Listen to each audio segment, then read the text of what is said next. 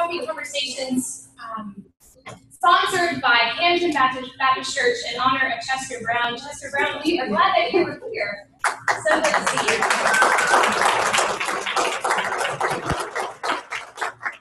My name is Judith Myers. I'm a student here at BTSR, and I will help moderate the event. So moderation is probably not needed with the wonderful and glorious Hollman here. Just a little bit about our format and what today will look like. Holly will introduce herself a little bit more here in a minute, and she will talk about what she does, who she is, what she works for up in Washington, D.C. We will spend about 10 or 15 minutes of that, and then we will dive into dialogue. We encourage questions. We encourage conversation. We encourage you to raise your hand to encourage discussion. So hope that you will want to be a part of that. For those who are live tweeting and hashtagging and Facebooking, we'll encourage you to use our hashtags BTSR and hashtag Faithful Politics, so that our friends up in DC can be a part of it, as well as our friends who cannot be here today. So, without further ado, I will invite Holly Hollman, General Counsel of the Baptist Joint Committee. Thank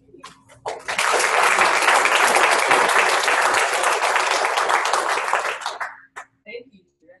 So it's my delight to be here with you guys today to start off this series. I heard on my way here that it was National Coffee Day. I knew BTSR was full of sharp, well-planned, had a great committee here, but I didn't know that was really, really good. So, I had a great trip down from DC, and I've been looking forward to spending this time with you all. And as you just said, my plan is just to talk. I may speak a little quickly, but with my southern accent, but I trust enough that you can understand me, so we can quickly get to dialogue, because there's a lot of things that we can talk about, and I want you all to be able to drive that agenda. It's a wonderful time to start a series on faithful politics, or you could have started it a month ago, right? It's certainly, or you could have started earlier this year. Anyway, it's been a busy time for religious liberty, and there's, as I said, there's a lot that we can talk about. I really appreciate being part of this series, really thoughtful, planned. I see the other people who are coming, and very proud to be part of that distinguished company. Thank you to all the planners, President Crawford, all our friends in the BTSR community. I'll start off by telling you, for those of you who are new to the BJC, and that's a little bit about us. We are the Baptist Joint Committee for Religious Liberty, more than 75 years old now. Our mission is to defend and extend religious liberty for all, and we do that by relying on our Baptist heritage, championing the idea that religious freedom is fundamental, and that religion must be free, freely exercised, neither advanced nor inhibited by the government. That's our basic mission. We've been around since 1936. We have our offices in Washington, D.C. on Capitol Hill. We are now supported by 15 member bodies. As you all know, Baptists are, those voluntary associational types, and the joint is because we jointly serve all these different Baptists, but who all together want to claim the historic Baptist commitment to separation of church and state and religious liberty. So we have that in common with BTSR, being founded out of historic Baptist values, and that is core, essential to who we are. Those 15 member bodies include BGAB and CBF. We're very proud of that partnership and connection, and appreciate all of you who help support us through those denominational entities or directly. As BTSR knows, and everyone knows, we all have to put our money where our mouth and our principles are, and we really appreciate the way that you all support us financially, with your prayers, with your partnerships. Our connection to BTSR has been around for a while. Brent Walker, our executive director, has served as adjunct faculty here, and we're proud to have so many good friends in your administration and faculty and students and former students. So the perspective of the BJC is really one that comes straight out of this idea, seek ye first the kingdom of God. We come to this not just because religious liberty is a good idea, it is, but because Baptists have always claimed religious freedom as fundamental, as a theological foundation, how we are made, created in God's image, free and responsible to God. So if you really believe that, you want that for everyone. And you want a relationship with government that respects that. So our perspective, although we're not the only group focused on religious liberty, we're the only religious group solely focused on religious liberty and what we call its constitutional corollary, the separation of church and state, separation of the institutions of church and state. That comes out of our Baptist commitment to soul freedom and our history of fighting for religious freedom for ourselves and for others. And hopefully you guys are in seminary learning about that, and the Baptist Joint Committee remains a good resource for you on that. Our main activities in the nation's capital are monitoring Congress and the courts. As I said, our offices are on Capitol Hill. We monitor any bill that has to do with the relationship between church and state. Sometimes we are out there lobbying for something or against something. Sometimes we're just watching, seeing where the trends go. And then we answer your calls from Virginia or Alabama or Nebraska, or wherever things kind of pick up at the state level that mirror the trends in religious liberty law.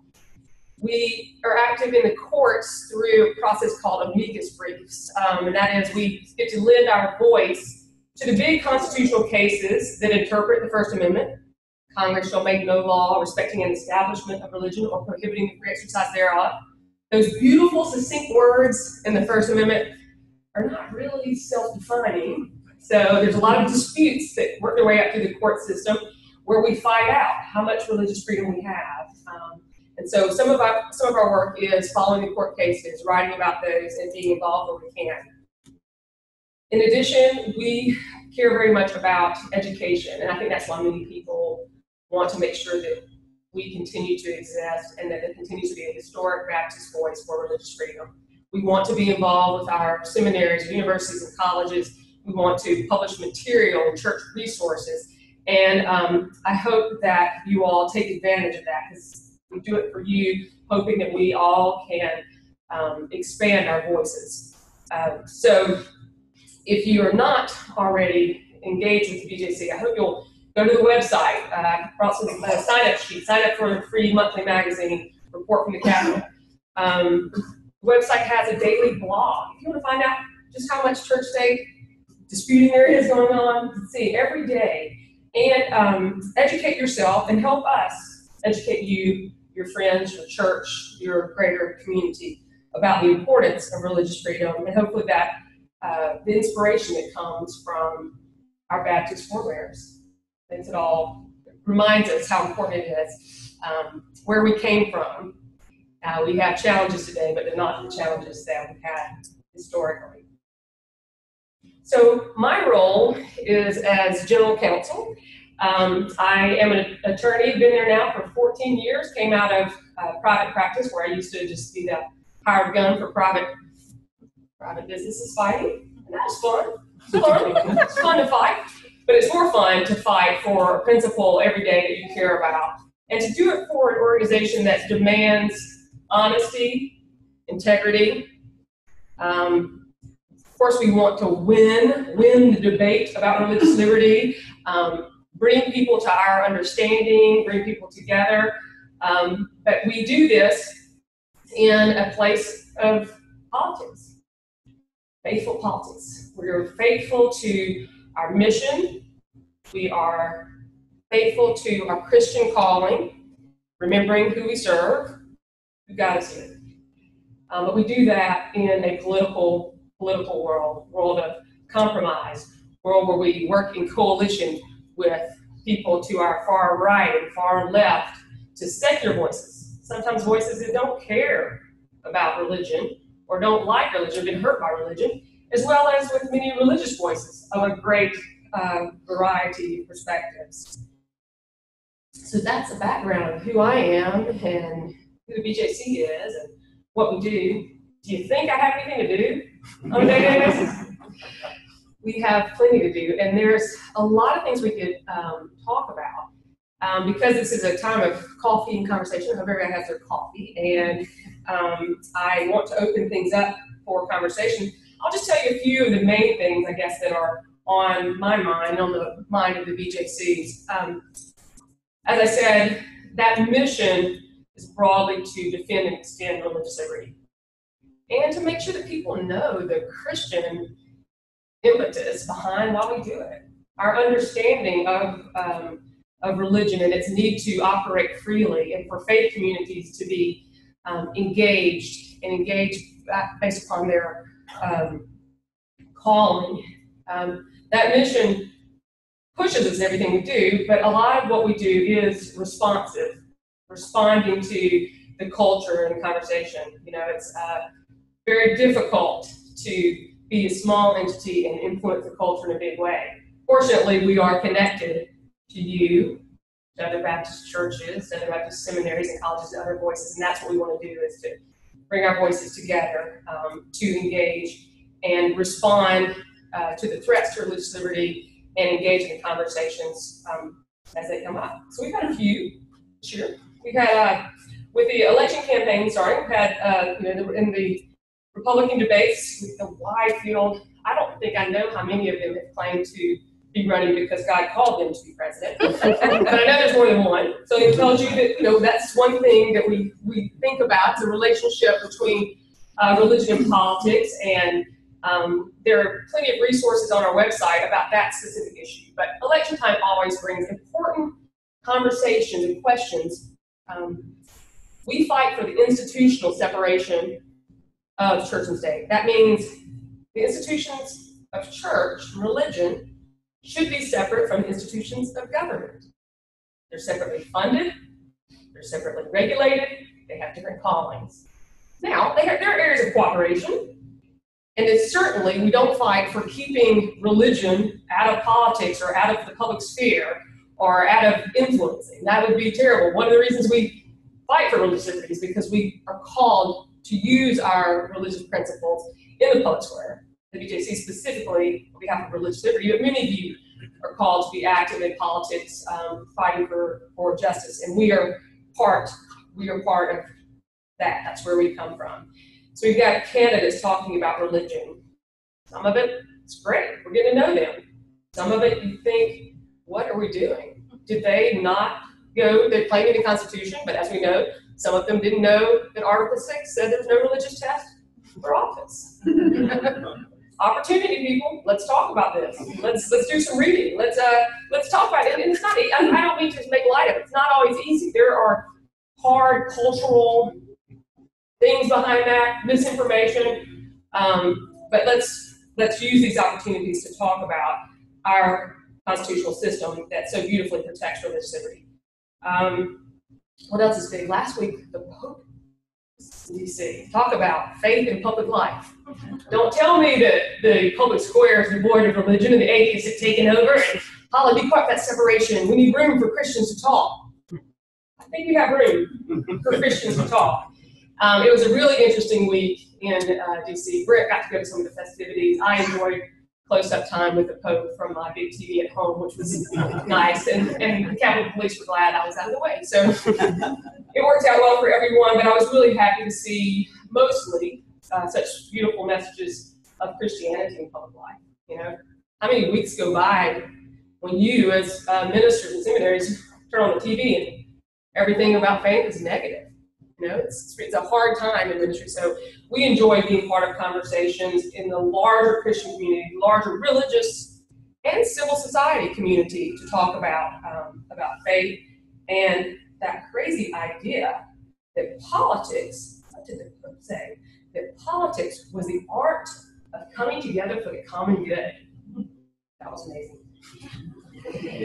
So that's been a big issue. And then, of course, not going much further back in the past, was the big event in the Kentucky clerk being the spotlight of a larger debate going on in society about when can someone object to the new constitutional right to same-sex marriage.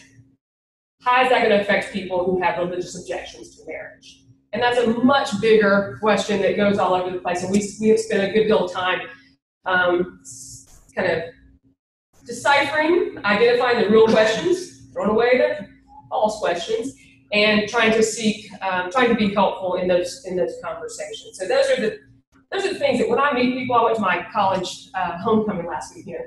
Yeah, so we've been doing it the last 25 years. So you can imagine you say religious liberty and the questions come from everywhere, but those are a lot of the ones most recently. So I throw those out to you in case you want to talk more deeply about that. Let me wind up by saying mostly what I hope to do in my work, especially when I get a chance to come see your faces, talk to you, is to answer your questions, to provide good information in accessible formats. Not always easy, some of these are super complicated, but also to encourage you as Christian ministers, as students, as people who are willing to come out and engage in conversations like this. I want to encourage you to use our resources, to educate yourself, to educate us about what you're hearing, to be faithful voices for justice and religious freedom, and to help in this really hard time. I say hard time because a lot of these issues that come up today, not where I would choose to start a conversation on religious liberty. I'd like to start with that beginning, that we are all free, creating God's image. And I respect you and you and the way God made all of us, and that's what we're working for, an environment that supports that. But that's not how it is. We are in a partisan world with some crazy, wild media outlets that exaggerate our differences, and so sometimes we're drawn into conversations that way. So it's very difficult to do good work in this area, but it's possible, and we're lucky because we have a head start because we're historic Baptists. Okay, so I want us to use that background, use that confidence that we have to be Christians in the public square, respectful of other religions, understanding that we don't need government to prop up religion or promote Christianity. We need government to be the neutral place that it was designed to be, so that religion can flourish and in all its many ways, and that we can continue to fight and do good and respect religious liberty for all. That's what I wanted to say. And I welcome your questions and appreciate you all being here, and feel free. I know I see some good old friends and folks that I know have thought about these issues a lot, and you might want to trip me up with a 400 level question, but I also invite to have some, if there's anybody new who wants to ask a real easy one, do that too. Who wants to start off? I'll start you. I want to know what I don't know how to put this, but the Obamacare thing and the Catholics seem to be the ones that are doing all the complaining about it. Have we been involved in that? Complaining? I'm sorry. The question is complaining about what? About the having to pay for abortion sort of thing. So in Obamacare, we didn't even talk about that. Healthcare, religion. I'm sorry. The question is about. I think you wanted to know about the BJC's role in the questions and controversies over religious freedom in the healthcare context, right? That could have been one. Thankfully, no one at homecoming did that. I think there's a little bit of politeness that goes on, right? We've had things on a long time. So, I didn't get any hardcore abortion questions. So, related to what I mentioned in Kentucky, but not exactly. We have a tradition. I'm sorry, I have to go a little bit backwards to answer the question. The question is, tell us about the BJC's role in the controversy that President Hollman has talked about, that the Pope and the Catholic bishops certainly talk about, where there are religious freedom claims made to seek exemptions from healthcare mandates. The Affordable Care Act includes there's a focus on preventive health care. Preventive health care for women includes contraceptive care, and there are strong religious feelings about contraception. And some churches that oppose all contraception, some churches that oppose particular ones that they call abortifacient. And the question was, how would we get involved? Yes. I know a lot more about women's health. I'm a woman, I've had 2 kids, but I know a lot more about women's health because of my job, actually, than my own experience. Over this last several years, this has been something we've watched. The mandate gradually unfolded. There were debates about whether it would apply, this idea that you have to cover all employees and give them everything, whether it would apply to churches and religious groups. there was a nice exemption. The Obama administration obviously saw a concern, and for religious groups that oppose contraception. And so there was an exemption. There was a great debate about if that was broad enough, and we were involved in that conversation. It was broadened, and then after that, there's been a lot that played out about, well, how does the mandate operate with regard not to churches, but to religious organizations, religious nonprofits? Then what about for-profits? What about sector for-profits? What about Hobby Lobby? So a couple of years ago, this issue made its way through the courts. A lot of action. I mean, more than 100 cases dealing with this issue broadly.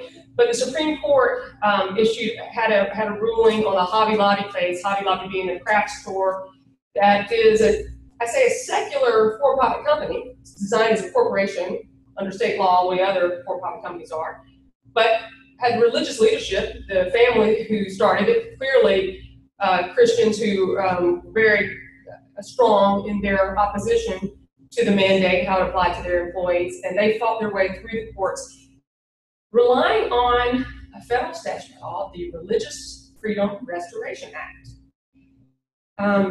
Religious Freedom Restoration Act, could do a whole hour on that. Very important federal legislation that is one of the strong legal legacies of the Baptist Joint Committee. We led a coalition, before I was there, led a coalition of more than 60 groups, right, left, all across the religious landscape, to ensure that we have federal protection that would allow exemptions at times to general federal laws. And that's in keeping with part of the American tradition for religious liberty. Another way I want to encourage you when I say educate yourself, know something about the religious liberty in America. Go back and come back. That was one thing that was great about the Pope, talking about religious liberty, persecution abroad. That was something that made us think we should really be working for that. And at the same time, we should know the American tradition and protect it and make sure that we're clear about that. It includes free exercise and no establishment. Government has a very limited role. Free exercise has traditionally meant that we do accommodate religion, sometimes treat it specially, because that's how we do it. We can't always do that, but we try to. So I would say that in a way, the Hobby Lobby case was sort of on the edges of that. How far can we go? How far does this federal statute go? Is it going to allow an accommodation that this religious objector, even in the private sector, even in the for-profit sector, can get around this basic law? And the court said they can, because the government can provide an accommodation that it provided for religious organizations. And when I say an accommodation, there's a way that Hobby Lobby could avoid paying for certain healthcare benefits, and the employees can still have access to them. And that is what was the basis for, that's how I see the basis for the court's decision, is that there could be a win-win solution. That doesn't mean it's easy. We could talk a long time about how far this law goes and whether it should and the difficulties with that. But at least in the end, that was the idea, is that religion can be accommodated and the rights of these store employees to have the benefits could both be achieved. That's the goal. The big fight that we're having, the big conversation we're having, really is how far does religious freedom go? You can, it's important. That's why we all yell, religious freedom, because we all think, I'll win if I say that, right? Because we all have religious freedom. But then you say, wait, what are you talking about? And how's that going to affect my rights or my neighbor's right to be married? So one thing that's an important part of the conversation is how much religious liberty can we have, and to what extent can my religious liberty result in some cost to some other person? And generally that has been a limit. Generally it's a limit that the court sees, part of government interest. A government interest might be to do the government has a strong interest, they might be able to accommodate a person, but not if it destroys the government's interest. So not if it meant that tons of employees go without an essential preventative health care benefit. So it's a big issue. Thank you for asking that. Our role so far has mostly been in an education role, because we were seen as the chair of this coalition that passed RFRA, as it's known. We were a group that people could come to and talk about that history. What is RFRA for? why'd you pass that thing? And people are looking at it like, why'd you pass that thing? People are saying that's a way to harm gay people. Surely BTC wouldn't do that. No, that's not what we did. So we talked a lot about RFRA in context, about how it really represents standards for religious freedom that can apply to any claim. And the people who supported it because we wanted one standard. Some claims are going to win, some are going to lose. But it's a standard that says, when someone has a religious objection, let them present it. Let a court weigh it. Let them see, is it really burdening them? Does it burden their religion? If it does, why is the government doing that? Well, the government has a good reason. Do they? Okay, let's see what the government reason is. And are they doing it in a way that is most beneficial so that they can meet the government interest without harming religious rights? That's a really fast way of talking about this idea, but really it's about a standard. Not very controversial at the time. Hasn't been that controversial through the years. Not many RFRA cases that actually won, but it feels good to have a standard there so you at least have your day in court, right? Then something happened over the last decade. What happened? Maybe these abortion debates got louder, larger. Talk of a national health care mandate concerned people about that, or about women's health and what people are going to have to pay for. Courts found a right to marry for same-sex couples in some states. States passed gay marriage. There were some big things that were happening in our culture that then people used RFRA, and there's a part of the story is that the federal RFRA was held not to apply to the states, so states had to pass their own RFRAs. So there were these questions about maybe RFRA provides the answer to some of these policy issues, these cultural issues that are coming up. And so you see some cases about that. Then recently you saw a push for states passing their own RFRAs. Most of them happened a long time ago, as soon as the court said it didn't apply to the states. But more recently, they have been focused on these particular issues. Very different environment from 1993 when RFRA was passed. And that's not to say the law's different. BTC still supports the federal RFRA standard. And the idea that I said that if a general law, not one that targets religion, but a law that applies to everyone, if there's a general law that applies to everyone, but you can show that it burdens your religion, that the government then has to show that there's a compelling interest to do that. If they can't, then the law can usually accommodate that religion. So we stand by that standard. It's not always easy. It's not always beautiful, and it's not always pretty in where it gets raised. And it's but that's not our job, right? To judge people's religious perspective. We want this one standard. But it comes up in different environments, and courts have to weigh them and make these decisions. So that's where we are. So the federal RFRA question is still big. The next issue on the Affordable Care Act is that even though I said there was an accommodation that allows religious nonprofits like religious charities and universities to, if they object to paying for certain contraceptives, they can avoid paying for them and sort of outsource, someone else pays for it. So that means the employees still get their benefit. There's been a lot of litigation about that process. Religious entities that say, no thank you, government, that's still too close. We don't want to be involved. We don't want to register our objection to contraceptives because we know that will trigger something. This is how they see it. That will trigger something that will lead to the contraceptives. So it's a very hard question. Again, how far does religious freedom go? No doubt that that's a sincerely held religious belief that someone says, I cannot facilitate. Not only can I not be involved directly in certain contraceptive use, but I can't facilitate that. And that interesting issue has been working its way through the courts. 8 circuit courts have now spoken, all decided with the government until just last week or so. 8th Circuit went the other way. So we now have a circuit split. The question is whether this accommodation, religious institution, having to register their objection to being in compliance with the Affordable Care Act, whether that itself violates Religious Freedom Restoration Act. That's the issue working its way through the courts. So pretty soon I'll be diving back into that issue, going through all these cases, and hopefully finding a good place for the BJC to be and articulate our principles there. Any other easy questions? Yes. Yeah, since we've gone there and you explained things very well, but on the other side from Hobby Lobby, as current as it can be, the Planned Parenthood issues. I watched 10 Minutes this morning. Cecile Richards is being grilled in front of the Legislature Committee. Yeah, it's probably still going on right now.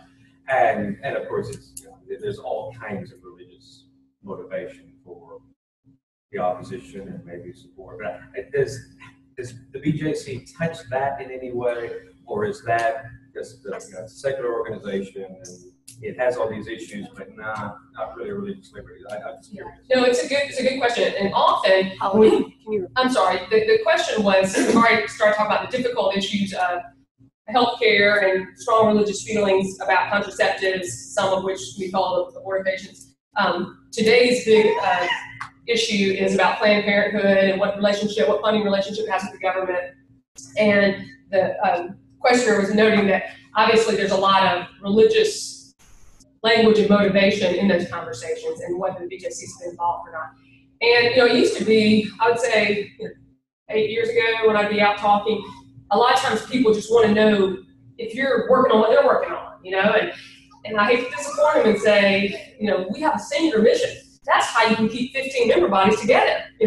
That's how I have Republican friends and Democratic friends, is because you really can. It's hard work. You really can bring people together on the American way of protecting religious liberty. This is good. It works and it respects people.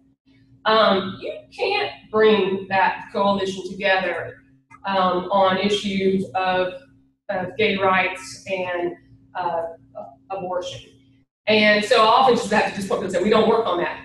But I think what I just said shows that we are willing to go anywhere in all these uncomfortable contexts as religious liberty issues arise. Very rarely do people make a religious liberty argument for an abortion, but that is the case in some religious traditions. There are religious reasons to have an abortion, especially where the mother's life is at stake, and I've learned that through coalition partners with different religious groups, as well as, of course, many religious traditions that are adamantly opposed to abortion, maybe in all cases. So the BJC's interest and voice in that would only be directly as a religious liberty issue, and federal funding of abortion is not something that there's a lot of ways that would avoid that. So it's not a big issue for us outside our mission.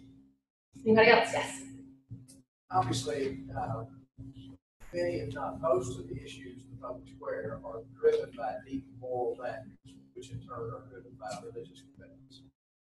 But then a lot of folks want to legislate those, and invariably they want to go back to, well, after all, this is a Christian nation, and then they want to go further back to the founding fathers. And I've seen a lot, as you have, of quotes and things attributed to the founding fathers that are just false. Someone recently, George Washington, said you can't run a country without God in the matter.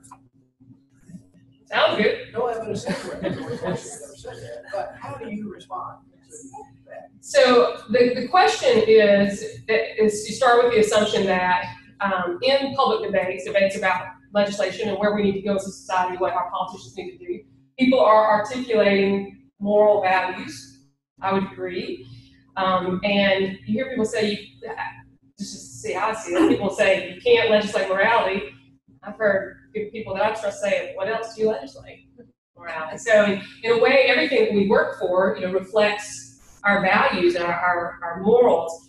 And so we try to draw the distinction. What you can't legislate is religion and advancing a particular religion. And we have to kind of talk about what's the core of religion and religious liberty to answer that. But the question was really how sometimes these debates about particular policies that reflect religious ideals are then, they're argued for on religious grounds, right?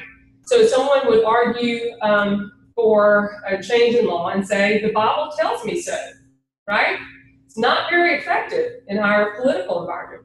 And we have a secular government that is open to all people. And while that may be great to get your friends and neighbors together because you all have this biblical view and we want to get out there, I think you want to convince people who don't share your biblical view.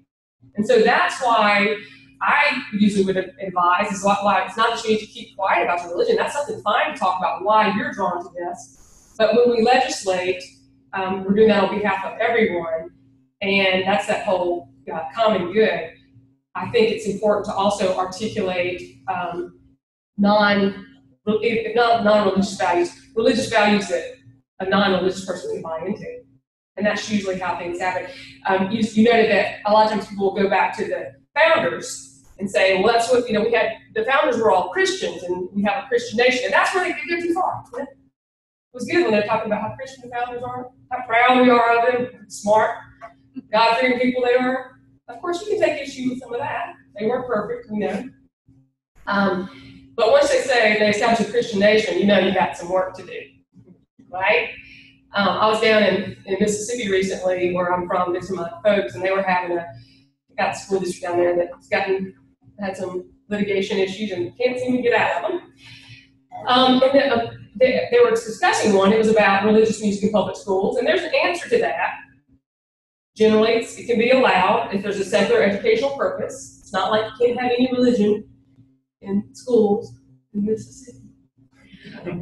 But there are rules. You should honor the Constitution. You should not be coercive. And anyway, there was a big issue going on. And I was watching the news with my parents before I was going to speak to their Sunday school class the next day.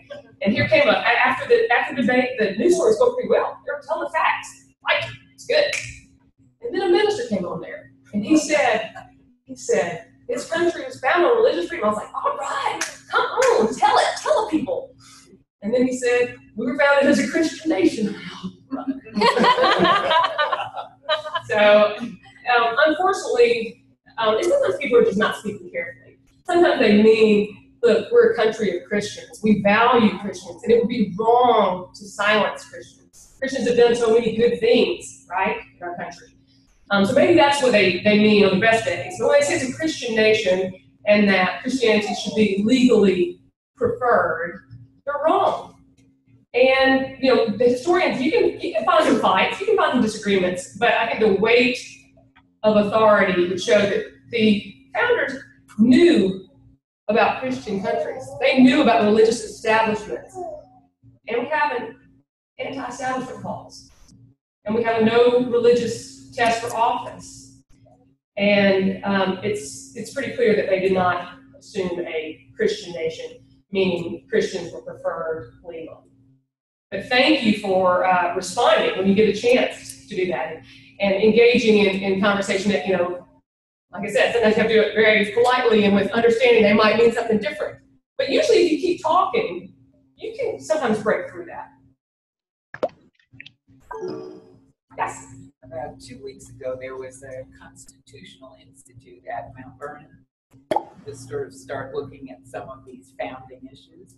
And one of the things that we obviously forget is that amongst the colonies, Rhode Island was, I think, Catholic. Pennsylvania was Quaker. Virginia was Anglican. And religion was established. So when the founders wanted religious freedom, they were very conscious.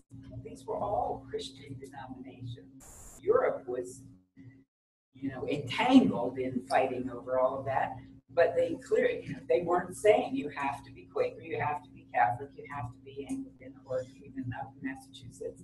So the problem, in some ways, is how we teach early American history, because the success of our republic has seemed to suggest that we got it right. We didn't last for 200 and X many years, but in fact, it was very tentative. And I was just rereading something. Rhode Island didn't ratify the Constitution of the United States until George Washington had been president for 2 years. Because little tiny state, we don't want them, all those other big colonies. So the comment in question was about how interesting and deep and the conversation is about American history. And in a talk like this, I don't get to give it full treatment. You mentioned Rhode Island. We often point to Rhode Island with the Baptists there having a haven for religious freedom, and the first talk about the separation of church and state, separation of the garden of the church from the wilderness of the world, as Roger Williams put it. Baptists have something to say about that history. We know something about that. We know something about the fight for disestablishment in Virginia that was fresh. It's pretty fresh when the founders were working on the First Amendment. Doesn't mean it's easy, and yes, there were state establishments, and there's a lot you could talk about what was intended. We know at least there was no attempt for there to be any kind of federal establishment, and we know that the weight of history was moving toward disestablishment in all of the colonies. Because establishment of religion by the state is at odds with those freedom principles that the founders were working on when they put this country together. So thank you for that, and you're right, it's a rich history, and I like to keep my eye on the big prize, kind of the vibe and the crux of that, being that the founders' experience knew that the combination of government authority, coercive power, and religious zeal was deadly and harmful, and would destroy this experiment that they were putting together. Thankful for that. This is Michael. What other questions? I got one online, I think. Oh, one online. If you can ask them from there to raise your question, so they can hear. So we have a question from people are watching this, and someone has come in with a question, so hopefully they'll ask it now. We're gonna have a hologram come in, and we're gonna type it up, I'm sure. Ready? I guess they've lost their question. Anyone want to beat them to another question? Yes? It's the BJC's position related to government response to religious freedom of elected officials, such as the lady. Okay, the question is, how did the BJC respond to the religious freedom of a government official? Elected official. Yeah, and we answered calls, we talked about what RIFRA means, we talked about what I said to you all about the tradition of accommodation. Does that extend to an elected official? There's not a clear answer. It can. It's pretty controversial. We have a lot of constituents of ours, and I would say politically conservative, if that helps you at all. I don't know if it does, but you kind of can. Say, no way, you're a government official, that's your job. I'm all for religious accommodation, but you are sworn to serve the people. And so a lot of people do not see room for accommodation. We know that in a couple of states, they were able to work out legislation that, I guess, seeing the issue coming, the tension between the constitutional right to marry and the deeply held belief of some not to be able to work in that or facilitate that, they were able to work out ways to make sure that the marriage was available, but objectors did not have to be involved. It's tricky, hard. I went to like a conference and seeing law professors talk about how you do it, and surely it can't be right to do that if you tell the person to their face, I can't do that, let me get someone else. All of a sudden, that constitutional right does not look like it's being enforced the way a constitutional right should be enforced. So, in general, I think we would say that government officials are in a more difficult position as far as being able to, or the state will be in a more difficult position to accommodate them, and that's because of their important role in serving all people, acting as a functionary of the state. So, the Davis story was so big, and then it got carried off in weird ways by candidates, and then I got to be privy to law professors talking about the technical difficulties. When she starts saying, eventually, she's jailed, but then she comes out, and then because the reason she's jailed now was not because she wouldn't, not just because she didn't want to be involved in same-sex marriage. She shut down the office. She prevented people who had won the constitutional right to marry from getting married. So that's the big difference. It was very reminiscent of something BJC was really involved in, and that's been the fight against putting religious monuments on government property. There's Ten Commandments and Moses and other religious imagery in a lot of places, in appropriate places as artistic expressions, kind of like we're talking about music. There's a lot of places that can come in, but it shouldn't be in a situation that leads to the idea that religion and government are tied together, and somehow that Christianity or Judaism and Christianity are favored. And many years ago, Supreme Court Justice of Alabama, Roy Moore, put a big washing machine-sized Ten Commandments monument in the central courthouse for Alabama. Okay? We said that was wrong, it's unconstitutional. Wasn't hard for us. But there are other people who, and one big Southern Baptist leader, I was on a panel with him at the time, and he tried to take up for how great Judge Moore was. He was just, he didn't agree with the court on this, and he was doing this. Well, once the federal court said, no, you're out, then Judge Moore said, well, now I'm not going to get out. Does anybody see the difference? We can disagree about the application of the First Amendment to a religious monument, because maybe in some contexts it's okay, in other contexts, no, it's clearly an establishment of religion, an unfair endorsement that sends the message to other people that they're not in it. But we're a country of laws. So when Davis said not only she didn't agree with the court in its decision in same-sex marriage, but now she was going to defy the court, that's when the story changed. And that's when my Southern Baptist brother had to finally, in a conversation about the Ten Commandments, back up and say, oh, wait, now, when he defied the court order, okay, that's when he went too far. I was like, phew. Glad we're not that different. We could at least all agree on the rule of law and fight out our differences and try to convince each other. But let's not. It's been very troubling, some of the rhetoric after the Obergefell case, where people are saying the court doesn't have this authority and things like that. That's a really that gets us way beyond differences about religious liberty and more fundamental questions about government and how we're governed. So the BJC's role is to, depending on what the law of the state is, if there's a state RFRA and how it applies, there aren't cases that have answered that question. So some of these are live questions, and probably more room, but not much, in some of the private sector cases, where someone doesn't want to be involved in certain services related to a wedding. But it's very hard to accommodate a government official whose job is to serve all people and uphold the Constitution. Does anyone else have any? I think we have time for one or two more questions. Thank you all for listening and being engaged. Yes.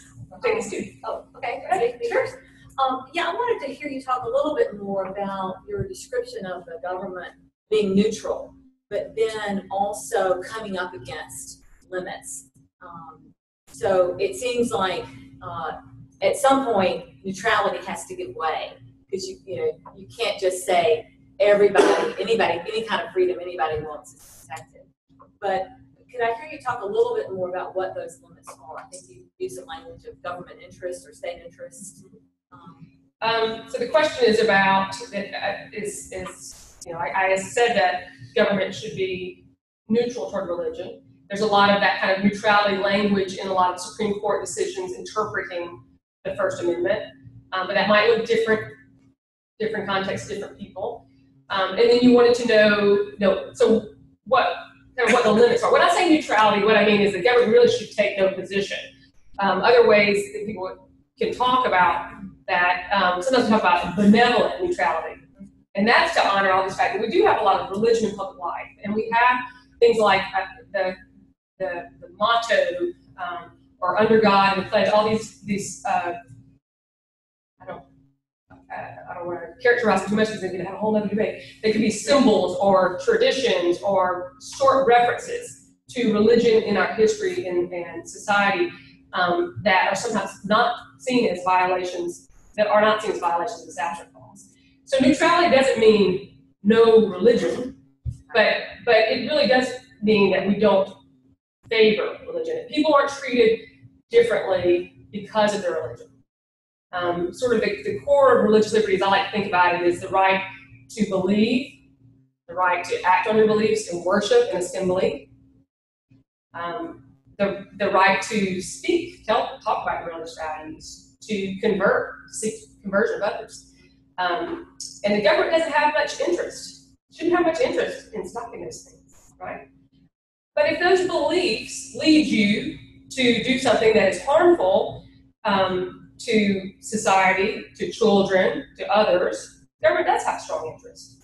And so, that's when government has to be involved. We often talk about, obviously in the free exercise area, there's no right to exercise your religion that harms safety and welfare, health, safety, and welfare. And that's why, the cases about not immunizing children or not giving medical treatment usually go against the religious objective and for the child's health. Yeah, I don't know if that's helpful. Yeah, that's a great answer. But I think you also use the language of government interest. Yes. There. Well, I think I'm just realizing that, like, what does government do? Government has certain interests that may or may not conflict with my religious interests. But they're the government, and the government reflects all people. And so I may have an individual difference with the government, but the government, that doesn't mean that my religion can trump government interests. It has to be, can the government serve my religious interests and still meet its interests? That help?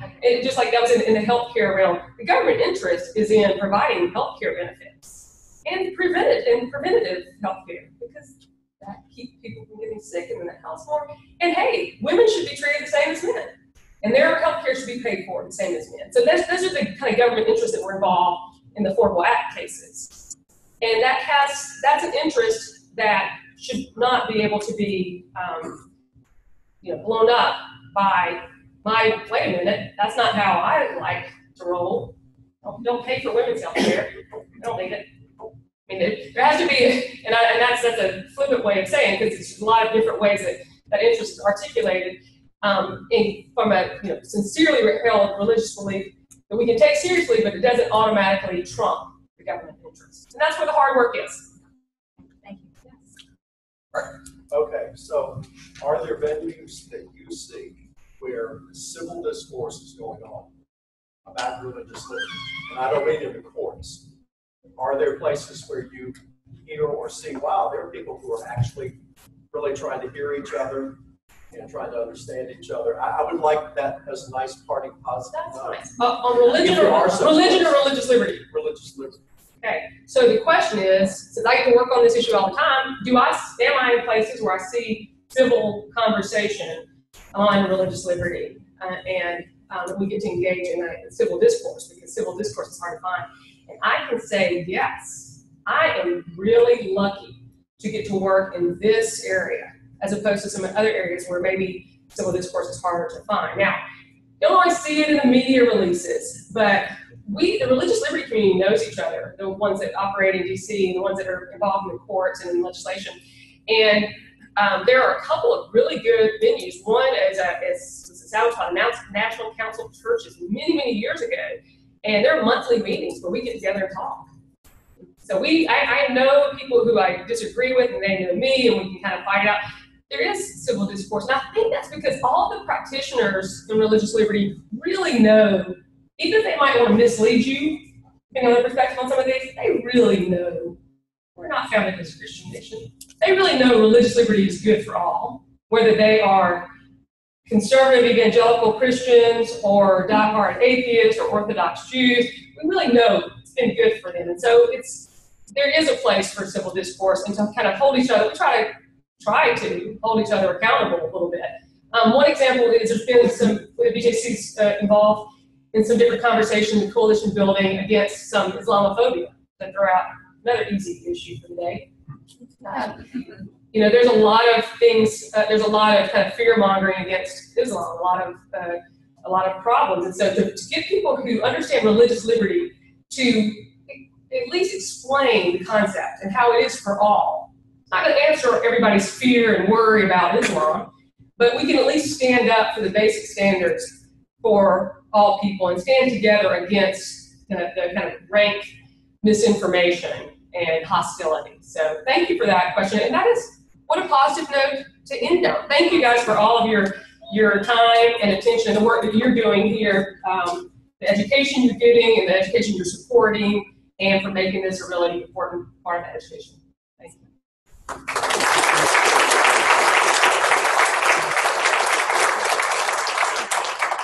Holly, thank you again for being a part of the day and these conversations.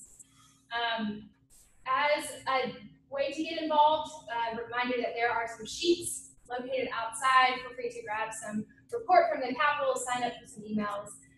Really, really good information comes in this emails, so I'll encourage you to do that. We do have lunch set up and ready for you guys, and I will bless that in just a second. I want to give a special thanks and shout out to all of our online viewers. Thanks for being a part of this. We hope that you and all of you will come back during our second Faithful Politics discussion. Laura Olson will be zooming in and joining us from Clemson University in South Carolina. Go Tigers! And Laura Olson has had lots of research on how clergy have influenced elections. And so she will offer a lot of those political science research with us during our next discussion. That will be Tuesday, October 20th, same time, same place, same format, introduction, dialogue, coffee, lunch. So I sure hope that you will be a part of that as well. Let me bless the food, say a word of prayer, and then we will be dismissed. Will you pray with me? Gracious God, we give thanks for a safe space where we can come together to talk about what it means to be a faithful follower of Christ in a political and controversial culture. Today we're grateful for these conversations with Holly, and may these conversations move outside these four walls into our churches and into our community. God, as we fellowship over this lunch, may this food nourish our bodies so that we have the strength and the courage and the boldness to serve however you are calling us to serve. God, be with us in all that we do today and every day. Amen. Go in peace.